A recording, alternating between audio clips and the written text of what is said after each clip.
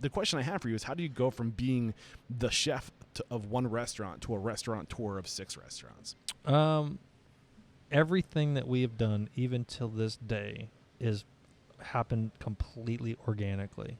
We have never once said, you know what we're going to do? We're going to open a restaurant this year.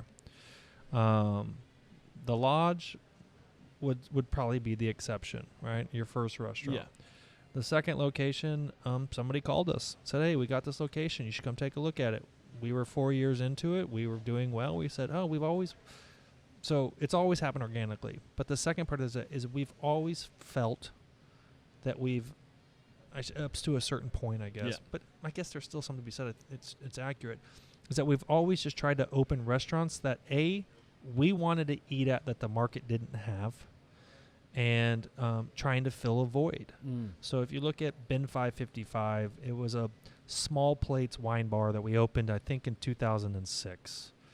There was not a small plate restaurant in San Antonio in 2006. There wasn't a wine bar focused restaurant in 2006. And we said, well, these are the places we would have eaten at every night in San Francisco if we still lived there.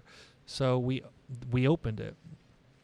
Then Tre Trattoria, there was not a restaurant that did fresh pasta every day on all pastas. Sure, you could find a chef doing a ravioli or maybe a tagliatelle, but there wasn't a pasta-focused restaurant that made pastas in-house every day.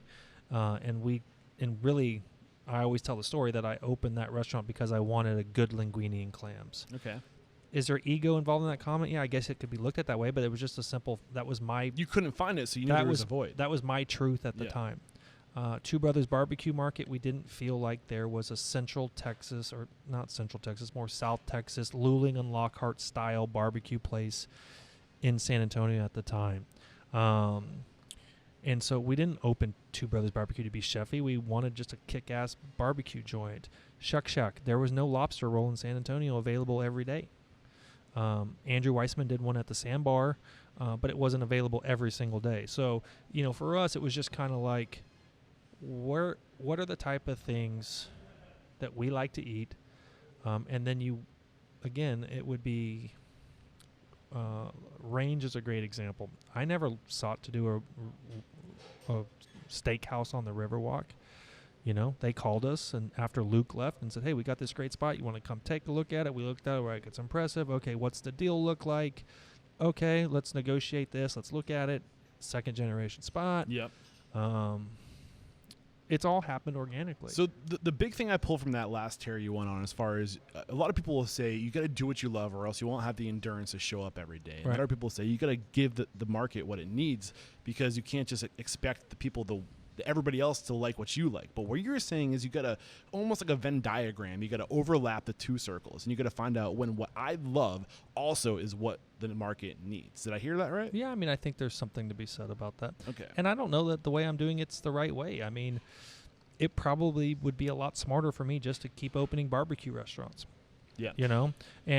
But that's, at this point in time, that's not what our passion is. We're working on a deal right now that's going to be kind of a Mediterranean vegetable kind of driven concept that we're trying to negotiate, and it's a cool space, and it's, I think, going to be a badass place. And San Antonio doesn't have that particular type of food right now on maybe the chef driven level. So it just happens organically, man. It's like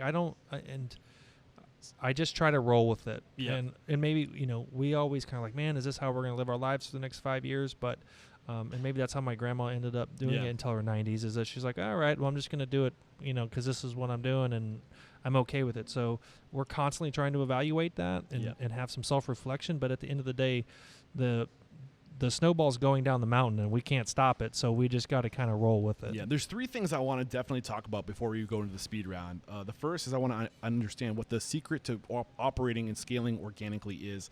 Secondly, I want to know, there's a lot of concepts that you've had to close, but you retain the space so you can try different things. I think there's probably a few lessons there, and then I want to know what your plan is for the future. Okay. I want to make sure we cover those 3 things. So I'm just getting them out there so we make sure we're intentional. So what is the secret to scaling organically? And from my understanding, when you say organically, you're just letting the opportunities come to you. What is the secret to getting those opportunities to come to you? Saying no. Okay. It happens so many times, and listen, I've done it too many times myself, is that I fall in love with a deal and it wasn't the right deal. It was a stupid deal, and but it's easy to fall in love with a space and then trap yourself in a bad deal. You have to have a good deal. I'm a much more fortunate restaurateur now than I was 5 years ago, 10 years ago. I signed some really stupid, shitty deals. Our third restaurant that we opened was a Bin 555 concept in Dallas, and we got fucking destroyed because we signed a really, really bad deal. And then the housing crisis, What made the deal bad? I'm just curious. Too high of rent, a really piece of shit landlord that was not there to help on any level when anything needed to be done. We let emotion take over, and it was just a bad deal. Gotcha. And we paid the price for that. But that also is what made us much better restaurateurs. It made us go, hey, you're not that hot shit, that you don't think know you until are. you know. And but it made us smarter financially. Yeah. It changed the way that we purchase and those type of things. And so you just have to be able to walk away from the deal until you are 1,000% sure that it's going to be a good deal for you. And I see it all the time with my friends, and my chefs are like, oh my God, what did I do? I'm paying $9,000 a month. I'm like, man, that's a lot of money. Like, how are you going to get that? That's a lot of mouths to feed. Like, every day you have to be doing X amount of covers. And, people, what happened is, and I just had a conversation this week with like a financial, like not my banker, but with somebody else. And I was like, listen, they were asking me about projections. I'm like, projections don't mean shit. Projections are numbers on a piece of paper that do not mean shit. Because what happens is your bank asks you to fill out projections. You fill out the projections, and you know what you immediately do? You buy into them. You look at them, and you're like, oh, man, if we're doing 2.5 turns every night, we're going to be doing this, and our bottom line, and after our P&L, we're going to be making $380,000 a year. I'm like, no, you're fucking not. Yeah. Because you're not doing 2.5 turns. You're going to do 1.5 turns, and on Mondays, you're going to do 3/4 of a turn. So you have to, if people take anything away from what I say, like, do not believe projections on paper. They're just projections on paper. Yeah. So, I guess was there a lesson there, like, whatever you think you're going to do, maybe be a little bit more conservative so you exceed the expectation? It's always the cliche to be like, oh, whatever your projections are, believe it's going to be half. Yeah. And if you're not doing that, you're lying to you're not being realistic. And it's funny because restaurants, sometimes people just catch lightning in a bottle. Yep. There's a lot of restaurants that are just crazy busy, and there's no real explanation for it. The food's average and the service is but sometimes you just catch lightning in a bottle, and that's an amazing thing to do. But it doesn't really, I love when people try to like relate to that, like, oh, well, look what they're doing. I'm like, yeah, don't base that off of anything because you're setting yourself up for failure. Yeah, one of the things I love to say, the more I learn, the more I realize I don't know anything. And one of the cliches, like one of the things that, like, or the examples that we always hear, like, just say yes. Like, you always got to say yes. Just like whatever opportunities, just say yes, figure it out. But at the same time, you always hear, there's another saying that I love, that everything you say yes to is something else you have to say no to. Right. Because you can only do so much. Yeah. So I think it's situational. When you're young in your career and you're just looking for opportunity, like, and you can fall on your face and get back, you just say yes, like, do things. But once you start getting to a point where you have something of value, you got to be really intentional with what you choose to give your energy to. So it's kind of like, it's one of those situations where, like, it depends. But do you want to reflect on that? Yeah, well, like, for us, like, we get pitched every deal in town, right? Yeah. Let's be realistic. Yeah. By all the major developers, and we'll look at every deal. I'll look at every single deal because you learn from them. You learn what is the market asking for, what are they willing to give, and blah blah blah blah. But it's amazing, and I do think the industry was already starting to change. COVID is certainly going to continue to accelerate that. We'll get into that. Is that the the power is going to come back to the restaurants a little bit. You know, I hope so. The rent structure's got to come down for new places. I'm not talking about the quirky little small house on St. Mary's Strip that, you know, that's an affordable place, but it's, you know, it has grit and it has. I'm talking about the rim, you know, of these chefs that are going to go out there and they're just going to get eaten alive. Yeah. Because they're paying too much in rent, their triple nuts are too high, and that scares me for a lot of people. Mm-hmm. And it's a lot different when it's a corporation that has 50 restaurants and they can kind of balance that number out over 50 restaurants. But you know, saying no is very powerful. Absolutely. Yeah. And asking for what you want. Yeah. Knowing what you want and saying, hey, I'm not. This is what it's going to take for me to do a deal here. If you want me, great. If you don't want me, that's okay too. I'm not going to lose. I mean, now listen, it took me 18 years to learn that lesson, but I mean, there's plenty of deals that I've done that I wish I would have walked away from. And we promised a little nugget on how to use one space and to interchange restaurants in and out of that space. Any nuggets on that regard that isn't maybe as common knowledge? I think my advice there is, and this is what I learned. Probably the main lesson I learned from my restaurant in Dallas is that we knew it was dead. And by dead, I mean it died. And we kept trying to bring it back to life and just kept trying to resuscitate it and just kept pumping more money and more money and more money. And it was fucking dead. And it wasn't coming back to life. And that taught me when it's dead, you bury it. And then you can try to do something else.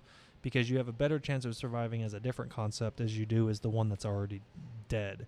And you have to make that decision very quickly so that you don't just dump money. When do you know it's dead? And I think I cut you short if you want to finish that train of thought. I don't know that. I think it's, I don't want it to be too morbid. You just fucking know. Yeah. It's not all of a sudden a new dish isn't going to bring it back to life. Changing the font on your menu and happy hour isn't going to bring it back to life. It's either alive or it's dead. And when it's dead, you have to say, listen, this restaurant is not going to turn around. And I have to shut it down and try to reclaim it, refurbish it, whatever. And, you know, it's an investment. It's a risk. I mean, if I look at, like, say, Bin 555. Bin 555 was open for 9 years. And I just was burned out on it. It didn't matter how badass food we were doing. People ordered the same 6 dishes. And I was like, I can't cook these 6 dishes anymore. I personally just was so burned out on it and converted it and did what I think is the coolest restaurant we've ever done with some of the best food we've ever done, if not the best food. And San Antonio just said, this restaurant sucks. We don't like it. Yeah. And we don't like your location and we're not coming. And so, but we already had a lease. And so it's not like we could go anywhere. And we said, you know what? Trey's a brand. It's a good brand. And we called, change it to Trey Enoteca. And it did 4 years as Trey Enoteca. And it was just a matter of saying, okay, slap some new lipstick on that baby. And let's, Any advice on how to get away from the previous concept stigma that might be tied to a space? I don't think it matters. Well, sure, are there certain areas or certain buildings? But at the end of the day, if your food is good and it's consistent and it gives value and the service is good, you have a chance to turn it around. I think the personal brand is what you need. Like, not the brand of your restaurant, but like it's a Jason Dady restaurant. Right. We know Jason Dady knows how to do food well. Like, this one just missed. Right. And if your brand has more presence than a concept, which I hope it does, then you should be able to recover. You hope so. Yeah. And it's not always the case. I mean, but it's also, what is the rent structure? Is your lease almost up? Is it, do I invest in, am I having to sign another 5-year lease it's a complicated situation, because if you're losing your ass already and then you have to reinvest into repainting, new artwork, new this, new that, certainly it's a risk. But I guess if anything, the lesson to be learned is when the restaurant is dead, it's dead. Don't keep pumping money into it, because that's where you really lose your ass. And I mean, like, long term. It takes you years to come back from that. Instead of pumping an extra $75,000 into something, it would have been better just to shut it down and tell the landlord, I'm sorry, and then you deal with it from the legal side. If you enjoyed this video, please help us out. You can do it by liking, sharing, subscribing, and hitting that bell icon. It really helps out. And don't forget, there's a complete archive of every episode with show notes at restaurantunstoppable.com.